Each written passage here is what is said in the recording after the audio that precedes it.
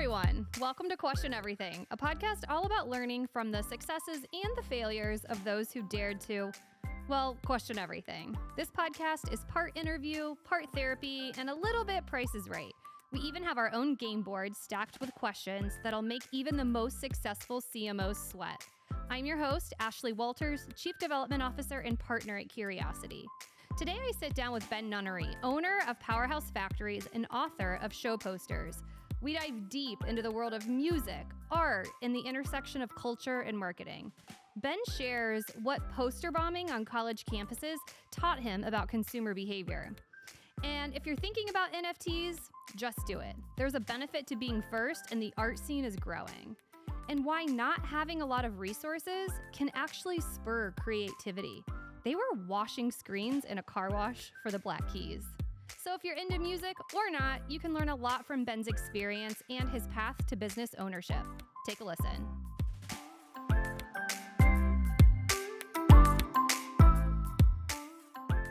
All right, welcome to the Question Everything podcast. Today I am sitting with Ben Nunery in our actual podcast studio. This feels so crazy. Yeah. You're the first one. I know. This is awesome. So a little bit about Ben. Ben is the co-founder and brain behind the incredible work at Powerhouse Factories, which makes kick-ass design work for kick-ass bands. But I think what's even more impressive about Ben is that he and a friend started Powerhouse out of their garage in 1999. And since, his work has been used for artists like the Black Keys and brands like Herbal Essences and Redbull. He is at his core a creative strategist with a passion for the ways music and design evoke emotional response in people. But he is also a music knowledge connoisseur.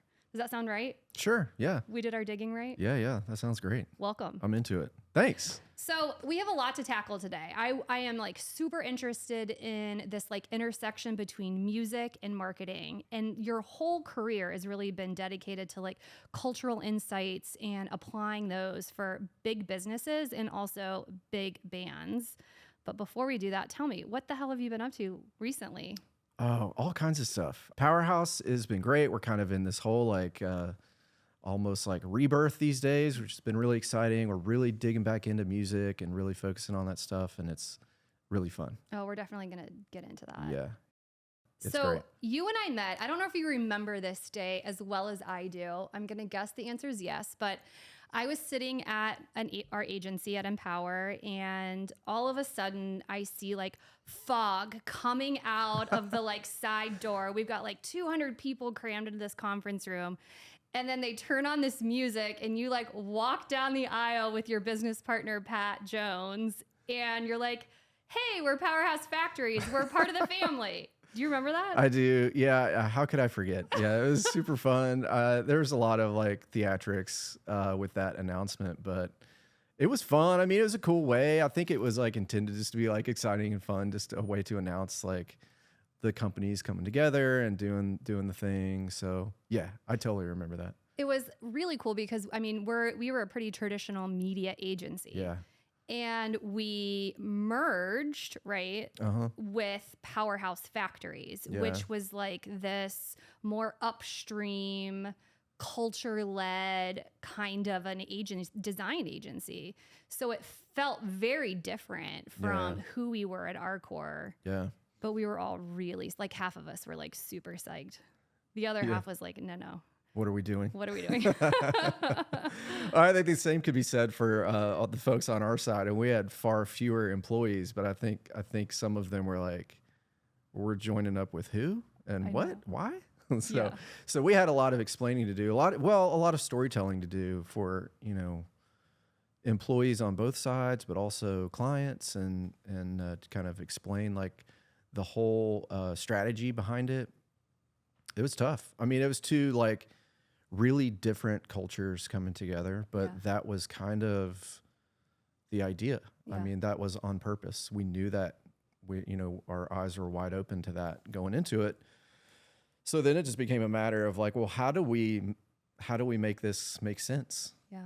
Which was like an experiment all on its own. It was, yeah. It was such a cool time in my career. I know I look back on it. I learned so much working with you guys, and just really trying to tap into those unique things that were happening in our world and then making them make sense for Tide Pods, for example, which I can't wait to talk about that. Yeah. All right. So you know how the game works. You've seen this podcast. And we've got a handy dandy game board. Yeah. We've got 12 questions on there. You really don't know what's behind those boxes. No. You don't. Are you scared? I'm a little bit scared. It's going to be okay. Yeah, there's a little anticipation here, but I'm into it. I'm excited. All right. So numbers 1 through 12, you get to pick. So I have to pick. You pick your favorite number. Let's do number 6. Number 6. Let's go to number 6. Let's see. All right. Plenty of people warn about going into business with a friend. You did it anyway. So my question is, would you do it again and dish on the learnings here? Yeah, I would do it again. And I've learned a lot about that over the years. We've been in business now for next year will be 20 years.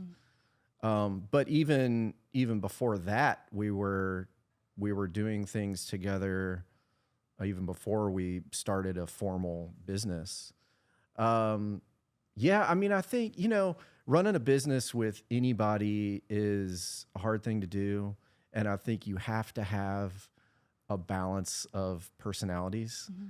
It's not unlike a marriage, there's like, you have to, constantly work together and compromise and build each other up and, learn from each other and tackle tough things together. So I think that the reason that we've been around for 20 years is because we have this balance of personalities, Pat and I, my business partner. And we've had other business partners that have come and gone, and we've learned things from them too. And we just kind of keep going, keep plugging away.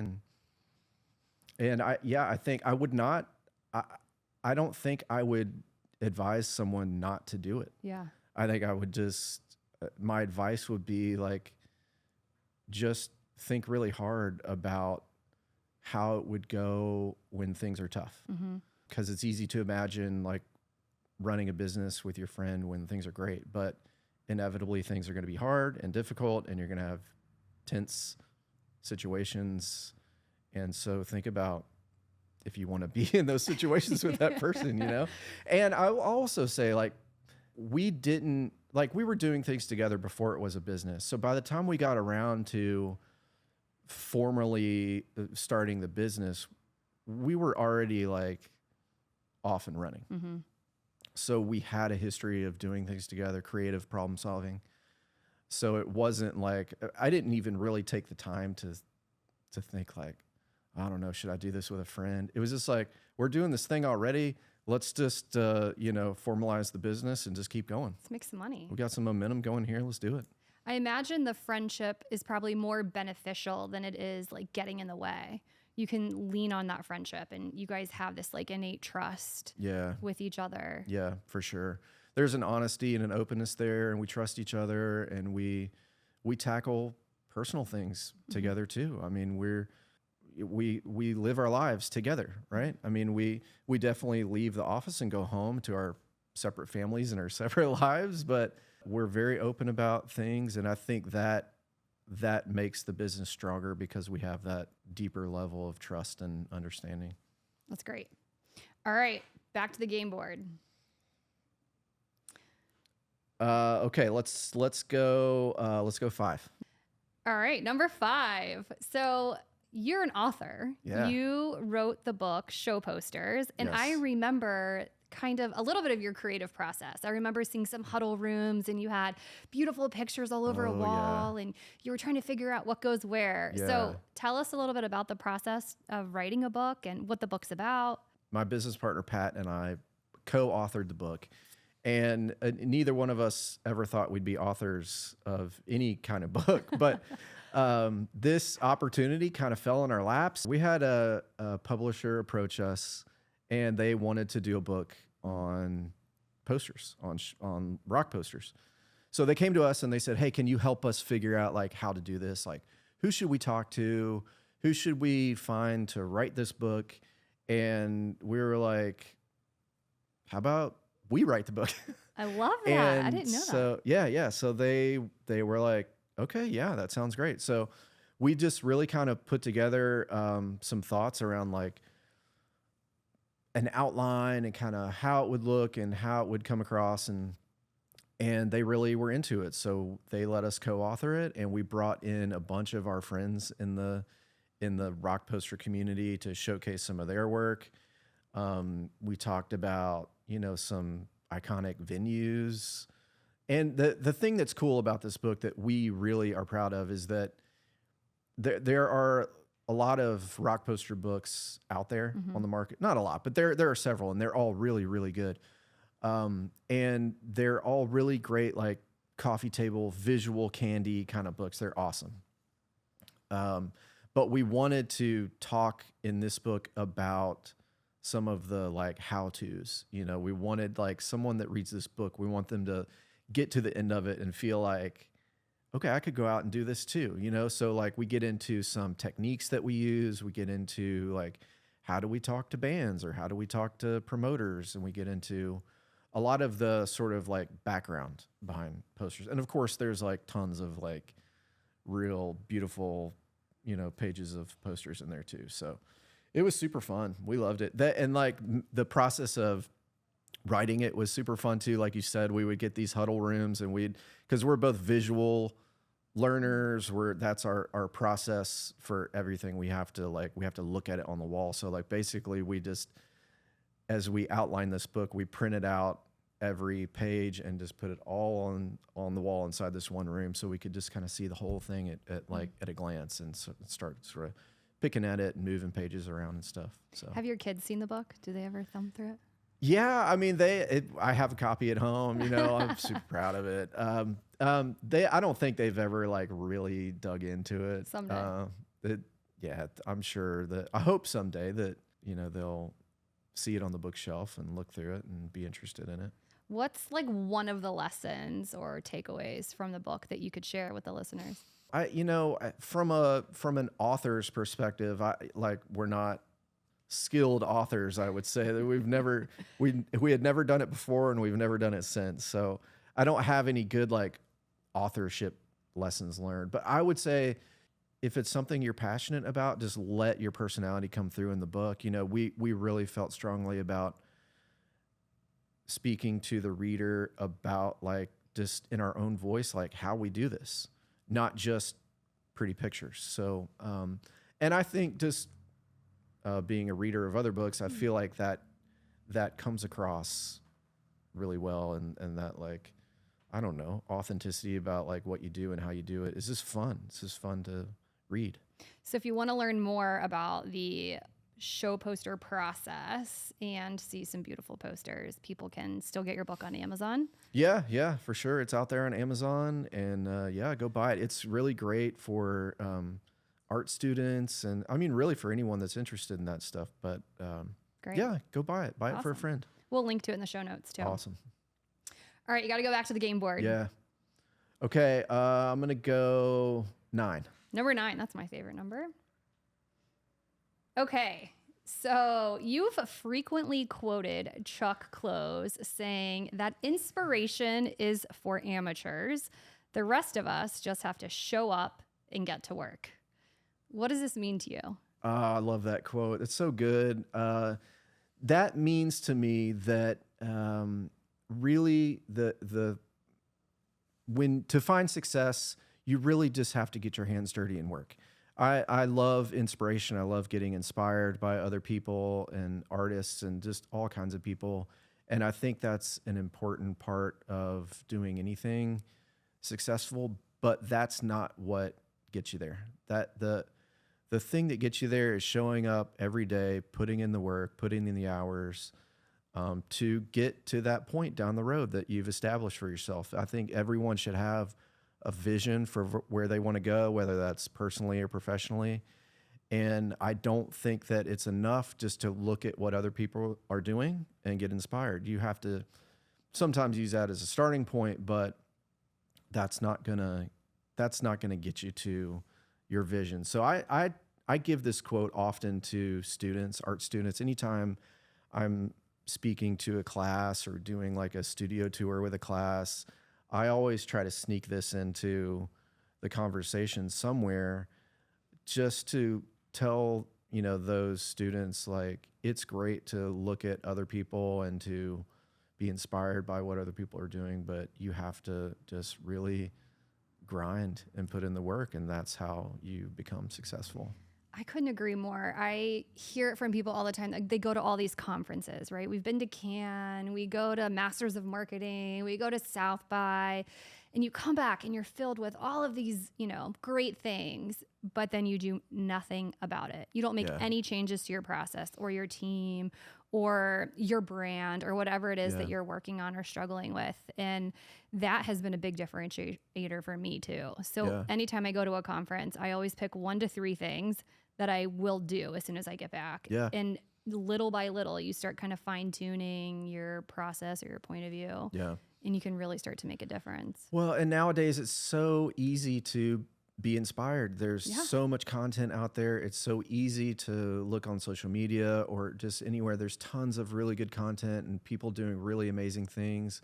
And we're all exposed to it more and more now. So I even find myself like, scrolling social media and looking at all this awesome work that other people are doing. And it makes me feel like, oh man, I'm not doing enough, or what I'm doing isn't as good as what that other person is doing. And so it's almost like if you rely too much on inspiration, it almost has the opposite effect that you want it to have. And so I find that when I just sort of set that stuff aside and I go to the studio and I just get to work, that's when I'm most creative and I feel the most fulfilled and successful and all that. And you're still getting your hands actually dirty. You're still pulling prints and... Yeah, we screen print our posters the traditional way. A lot of people are doing that now. It used to be, screen printing kind of used to be almost a lost art, but a lot of people are bringing it back, and that's awesome. There's a lot of shops that have like automatic presses and big fancy equipment, which is really cool. I think that's super awesome. We've chosen to continue to do it by hand. We don't have any hydraulic equipment or anything like that in our shop. We're pulling ink through a screen with our hands and a squeegee, and that's just how we like to do it. It's a beautiful process. Yeah. All right. You get to pick another number. I'm gonna go 2 on this Number one. 2. Yeah. Top row. You haven't picked any from up there yet. Let's see. All right. Oh, this is so fun. Yeah. Okay. So a little known fact about Ben and Pat. So when you guys were in college, right? Yep. You would create posters, create artifacts, create messages. Yeah. And in the middle of the night, you would go hang them up all over campus. Yeah. Wake up the next morning and just watch students react to it. Yeah. And I was so fascinated by this because it taught you a lot about consumer marketing and the importance of surprise and watching consumers and seeing how they interact with your content. Yeah. So just talk a little bit about that time in your life, what it taught you, and are you still using any of those fundamentals today? Yeah, that was a really fun time because we were, Pat and I met in college. We were both art students, and we were both interested in the same kinds of things: music, art, printmaking, design, all that stuff. And back then, we were both paying attention to what the artist Shepard Fairey was doing. And he's very well known now. He created the Obey Giant image and that whole like guerrilla campaign. So he's a very well known artist now, but back then, not many people heard about him or even knew who he was or anything. And he was out there, poster bombing cities all over the world. And so we took notice and paid attention to what he was doing. We just thought it was really cool. And we also were becoming more attracted to the process of screen printing. It was just a really inexpensive and sort of DIY way to mass produce images. And so we just set out to just kind of just have a little experiment. And we thought, well, like, what if we just make our own posters and we go put them around and we'll just see what happens.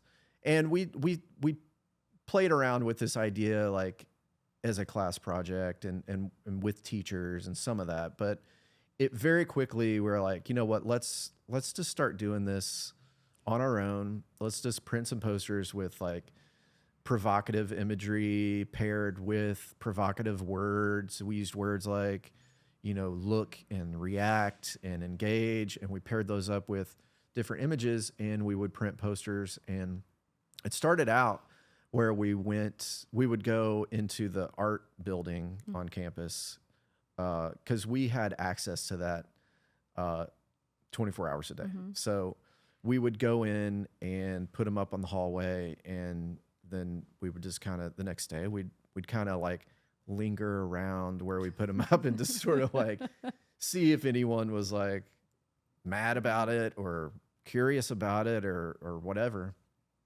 And then people started noticing it, and so then we were like, well, this is pretty fun. Let's keep this going. So then we started going around all around campus, like outdoor spaces, sides of buildings, walls. We would just poster bomb in the middle of the night. And then again, you know, and we'd hit, you know, high traffic areas where we knew lots of people were walking to class every day, and we would just kind of like hang around, and people started coming up with all kinds of stories like, did you see that there's those posters? Do you know what that means? What's it about? Like, and we used this image of a girl's face a lot, and people came up with the funniest stories about like, oh, I heard you remember like years ago there was that girl that like died in a fire on campus. Like, it's a picture of her, and it's like a tribute to her or something. Of course, it had nothing to do with like.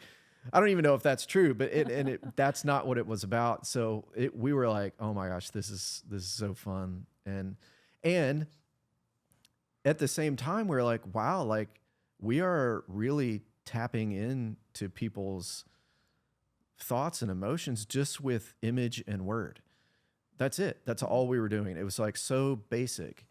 And we just were hooked. And so we started going around to different cities. We would like, on the weekends, we'd drive to nearby cities and poster bomb, and we were just doing it all over the place. It really was the genesis to Powerhouse. That's what we were doing in those college years. And then when we were nearing the end of college and wondering, you know, what the heck we were going to do, it was like, well, we're already doing this thing. Like, let's just see if we can keep doing that. And in fact, one of the cities we went to one weekend to poster bomb was Cincinnati, and someone saw our posters and found out how to contact us. Honestly, I don't remember how they figured out even who was doing it, but they reached out and they were like, I want to talk to you guys. Like, are you guys the ones making these posters? And if so, I want to talk to you about these loft properties that I have, and I want some really cool, you know, posters to promote these properties that I have, and I'll pay you to do it.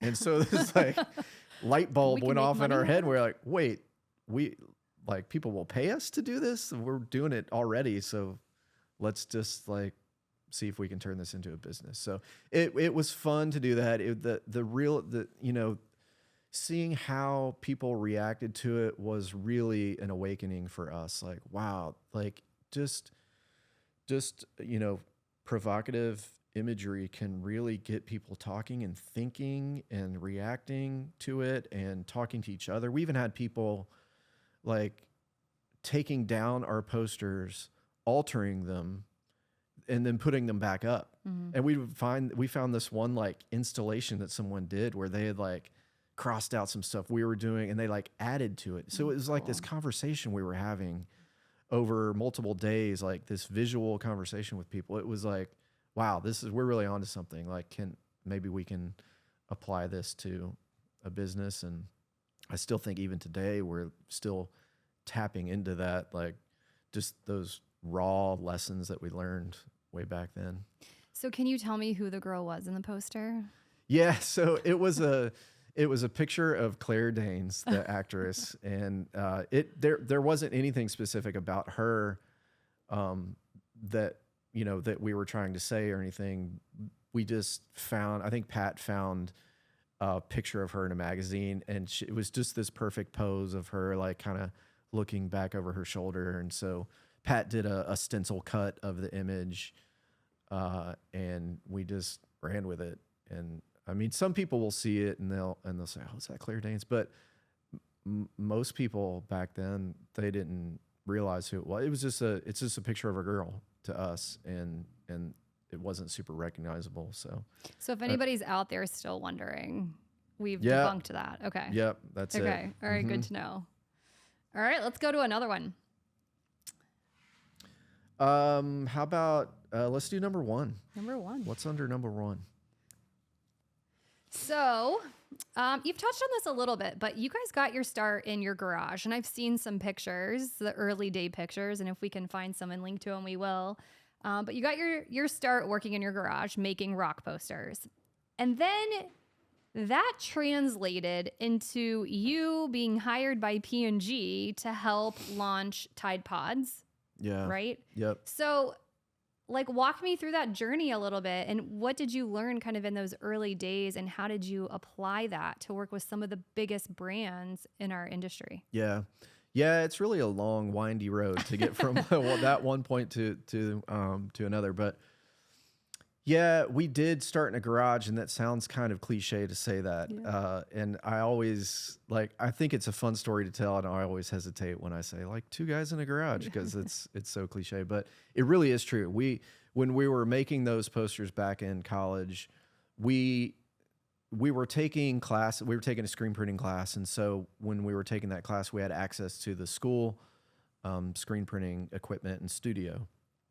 So we would sneak in there at night and use it and make our posters. But pretty quickly, the printmaking professor, she was like, I love that you guys are so passionate about this and you're doing some stuff on your own, but you can't keep coming in here and using the school's equipment Supplies. when you don't have you're not taking class anymore. Like we were done with the class and we were still like sneaking in there. So we were like, all right, we got to set up our own shop. And at that time, Pat was living in a little house off campus and had a 1-car garage. And so we were like, all right, let's just do it there.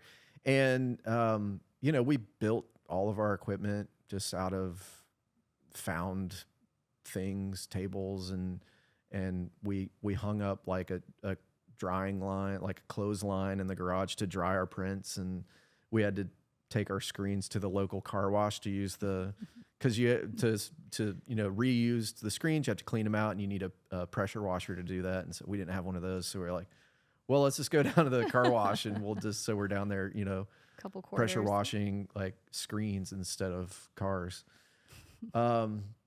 So we really did start in a garage, and that was where it all began.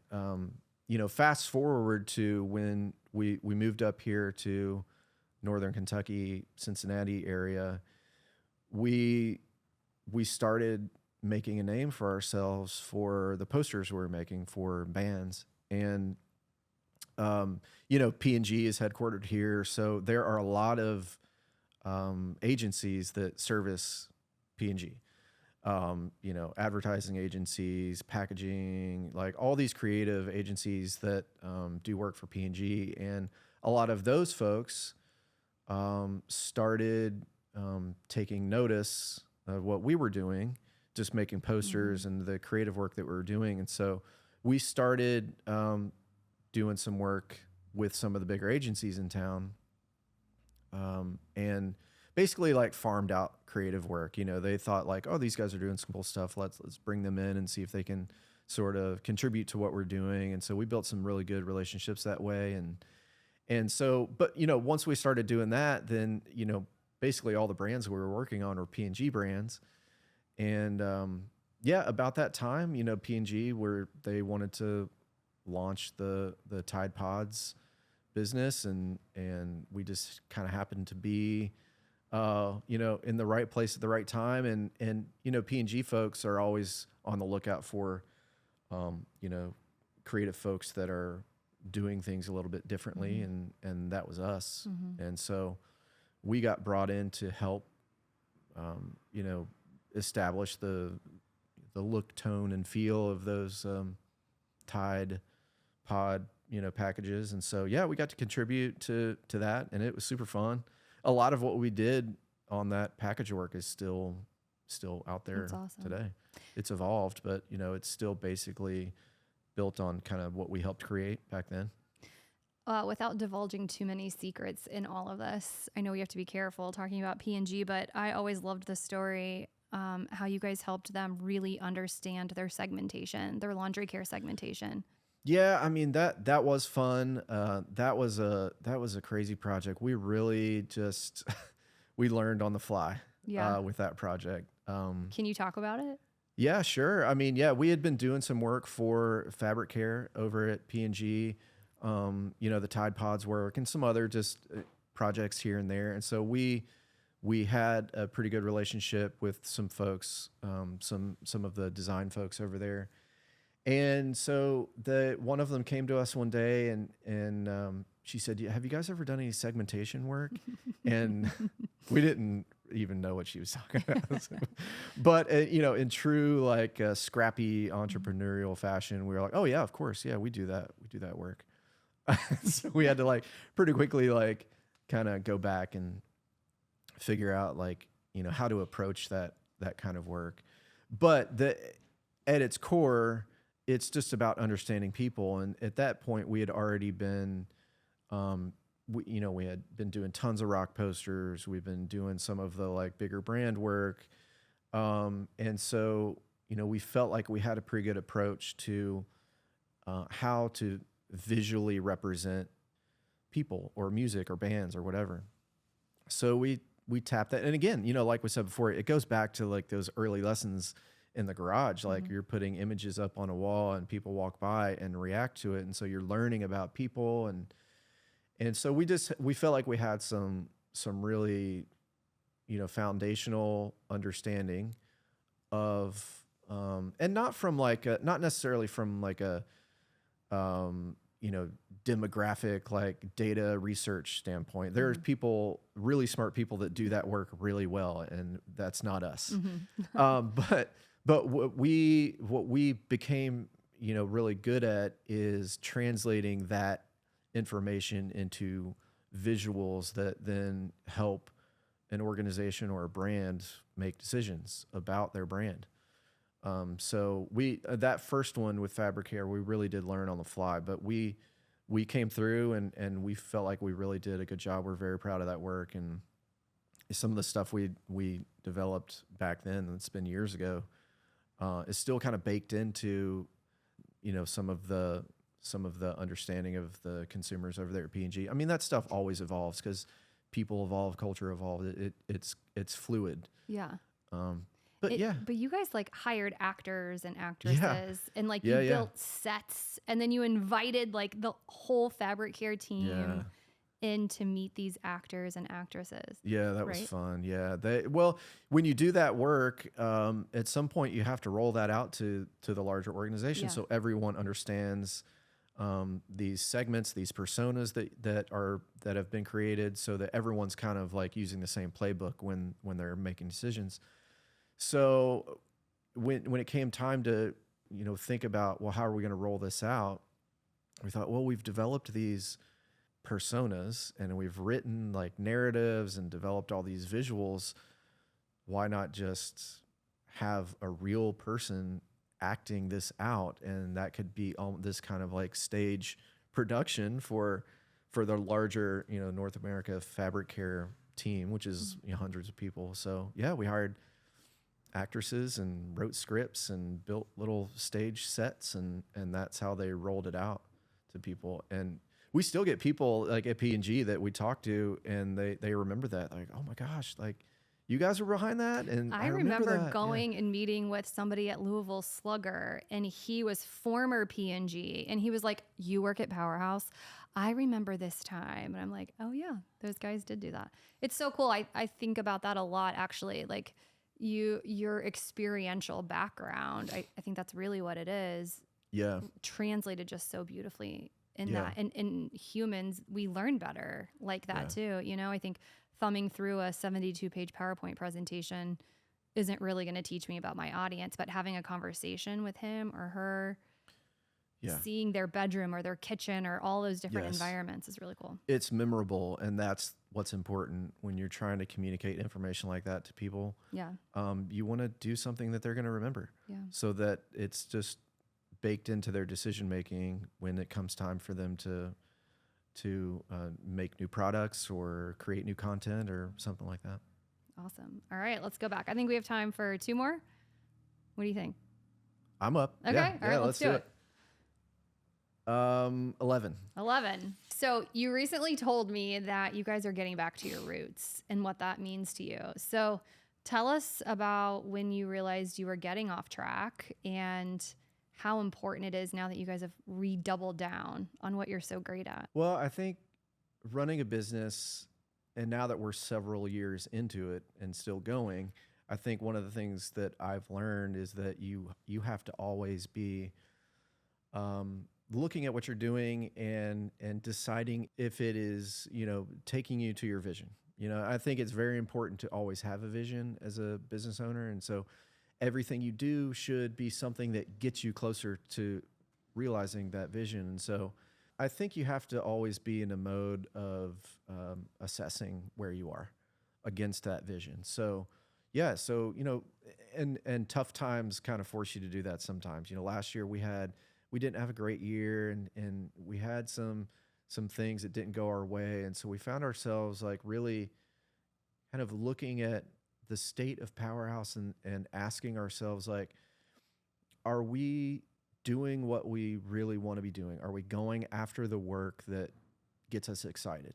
There's always been the sort of two sides of Powerhouse. There's the rock posters, and then eventually there became the like big brand P&G and other companies like P&G, that kind of work.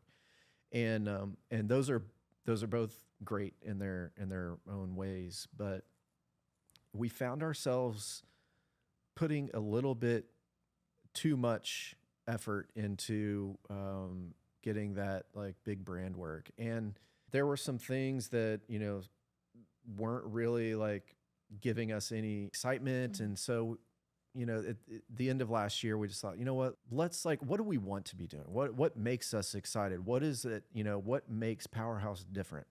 When you look at all the creative agencies out there, and there's tons, there's so much creative talent out there. When you look at everything out there, it's like, well, what makes us different from everybody else?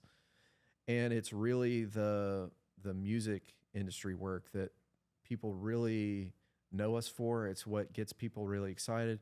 We've been able to translate that into all kinds of other things over the years, but really at our core, it's that music industry work that really like gets us excited. When I come into the studio and I think about doing work for, really anything music industry related, I'm pumped up. I'm ready to go. And there have been projects over the years when I look back and they didn't make me super excited. And I look at that and I think, well, then why do it? I don't want to do anything that isn't like making me feel energized and excited. I mean, that doesn't mean that we'll never do big brand work or anything like that again. Of course we will. But when we look at what our focus is, what our core is, it's always been the music industry. So we like to say, lately that we're a music-driven design house. Mm.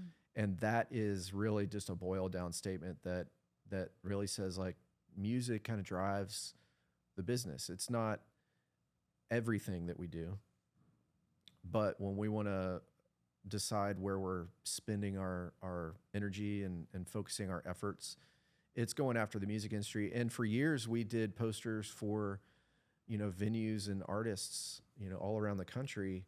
But there's a whole bunch of creative work that happens in the music industry that we've never really gone after. And so that's what we're doing now.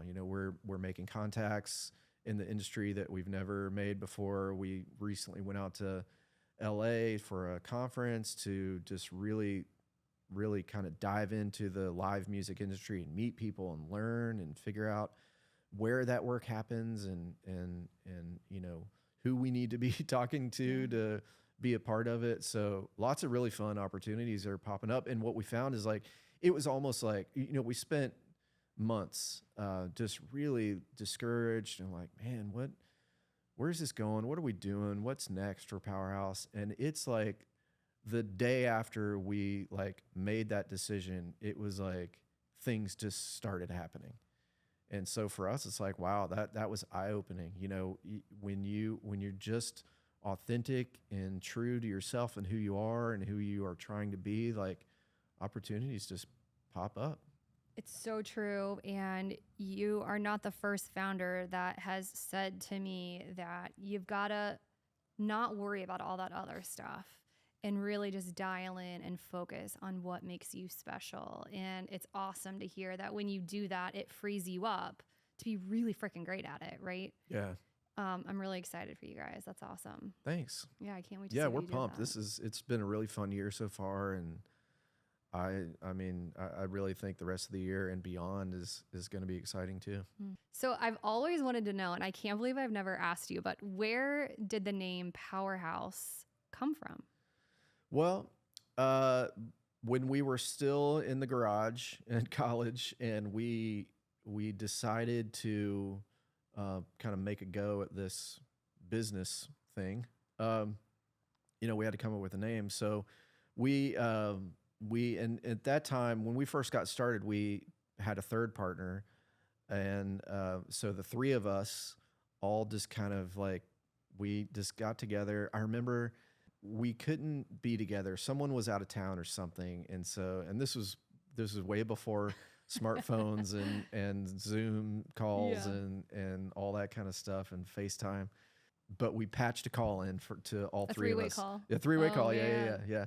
And we were all three in different places. I was sitting in my little truck outside of Pat's house. I remember this. We had all word listed. We all did a word list. And so we were just riffing on words that went together that sounded cool, felt cool. We knew we sort of landed on, you know, wanting something that represented energy and power. And so obviously Powerhouse is a good word that represents that. And then we didn't want to lose the fact that, you know, we're creating things. Mm-hmm. We are making physical artifacts. There's almost like a manufacturing element to our design process where a lot of people are, you know, a lot of creatives are designers and, you know, really good at creating amazing visuals. We wanted to be that, but we also wanted to make sure that it wasn't lost that we're physically creating things with our hands. And so that's where the word factories comes from. So, well, I mean, we went through hundreds of words and mashed them together, and we just Powerhouse Factories came together. It was like, yeah, that sounds cool. So and you stuck with it. We stuck with it. And, you know, ever since then, we have people that think we're a gym or like we get people that come in thinking we're some sort of like actual manufacturing factory, you know, looking for, you know, factory jobs and stuff. That. So, yeah. So, you know, we've gotten good at just politely telling people like, no, we're not a gym. And Pat loved it so much he tattooed it on his arm. Yeah, he did. Yeah, we've got a real simple lightning bolt logo, and you know, Pat is he's an extreme individual. So no pressure for you to get the tattoo. Oh yeah, I mean yeah. People ask me when I'm going to get mine all the time, but when are you going to get it? I don't know if I ever will. I don't have any other tattoos, so I don't know. If I ever get one, that would probably be my first one. But good to know. Yep, Pat's tatted up, and so it's pretty clear that he's Powerhouse for life. Does he have any other branded tattoos, or is that the only one? That's the only one. Yeah. All right, we're gonna end on one more final number. Let's do number 4. Number 4. All right. Your NFT game is amping up. So tell me about how you're leveraging the Web3 world with rock posters. This is fun. I like talking about this, and I'm just going to give you a little caveat. Like, I am not an expert in this. Like, we are truly learning as we go, but we have learned some things, and it's really exciting. Pat started playing around with cryptocurrency just on his own, just like making some little investments, not a lot of money, just kind of playing around with it. So he was starting to learn a little bit of the lingo, a little bit of the landscape, the whole crypto landscape. Yeah, so we started seeing these collectors going after these NFTs and spending all this money, and it was just visual, just digital art basically. So we're like, well, we have to get into this game. Like we have this huge body of work from, years and years of making posters. And so let's just play around with this and just kind of see what it's like, see how it goes. And so, we knew enough to be interested in it, but we didn't know enough to like put out our first collection or anything like that. So we actually got hooked up with a guy through a mutual friend who is really knowledgeable about everything NFTs, and he calls himself an NFT Sherpa. Oh, nice. So we actually we had a few meetings with him, just kind of like picked his brain, and he really helped us get things going. So we created our first collection of NFTs, and they're out on OpenSea right now. And so OpenSea is just an online, marketplace for NFTs. Cool. I think it's kind of like the main one right now, and there are others. But yeah, we dropped our first collection, and in fact, the first collection has the girl's face that we were doing back in college. So it's kind of like an homage to the original days of Powerhouse. So like we put those out, and they're out there. And we're kind of learning about that whole NFT crypto environment. And now we're starting to have conversations with people about how to tie that in with rock posters, because it just makes so much sense to apply this to the music industry. And so there's conversations around, like, if you mint your NFT on the blockchain, there could be like, if you go to a show, you could get an NFT specific to that show that's unique. Or if you own this particular NFT, that might unlock certain features, or like early access to tickets or exclusive merch and all this kind of stuff. It's really like the Wild West. I mean, it's all wide open. There's people out there figuring that stuff out right now. And so we just want to be part of that conversation. And so we've got the background in posters to bring to that conversation, but we need the experts that are in there digging around and all that technical stuff to help us. But that's just where you partner with folks, and great things come from cool partnerships. So we'll figure it out, with the right people, and see where it goes. What would you say if somebody who's also like very early in the game, like what's the best way to get started? Just like you guys did, like start buying a little, trying different cryptocurrencies? Yeah, I mean, I would say learn the lingo. Yeah, I would say just get out on some of these platforms. Like OpenSea is really, it's really intuitive and easy to understand. It's just like any other place where you might go buy physical goods. So just go in there, poke around, maybe buy a NFT. You do have to like create wallets, and you can't just go like use your credit card and buy an NFT. You have to like convert some money into crypto and then create a wallet. And so there's a few steps, but it's not unattainable by, just someone that's kind of curious. Like, so I would say get out there, look around, poke around, figure out how to, create a wallet and buy an NFT. And then you'll probably get hooked, and then you'll be off and running, and then you'll really be into it, and you'll be collecting and all that kind of stuff. So I'll be back to tell you more about it as we learn more. I'll take you up on that. Yeah. Okay. All right. Before we close, tell me 3 artists that you are listening to right now. Oh man. Oh gosh. I love Billy Strings. I'm really big into Billy Strings right now. He is, I mean, the easiest way to categorize him is bluegrass, but it's not traditional bluegrass. There is some like traditional bluegrass, but he brings this like metal background to it that's really interesting. And he's getting to a lot of like sort of like jam band style performances. Like, he's just so good. And I saw him here when he played here in Cincinnati last year, and it just blew me away. He's really good. I love the Walkmen. It's one of my favorite bands. They've been around for a long time, but they went on a really long extended hiatus. But now they're back and touring right now. So you've done posters for them? We've done posters for the Walkmen. So I'm like really excited about that. They're really good. I don't know who else. You know, the Black Keys, they're one of my favorites. We've done a lot of posters for them. They did a tour last year, and we did a couple posters for that tour. And so they always have good stuff, and I love jamming to them. Yeah. I mean, I could go on and on about I know music. you could. Those are 3 good ones. Yeah. All right. I'll add them to the list. How can our listeners contact you?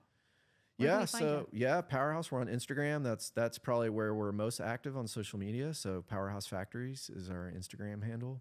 Powerhousefactories.com is our website. You can go there and check out our posters and find out more about us. Go buy the book on Amazon, the Show Posters book. It's called Show Posters: The Art and Practice of Making Gig Posters.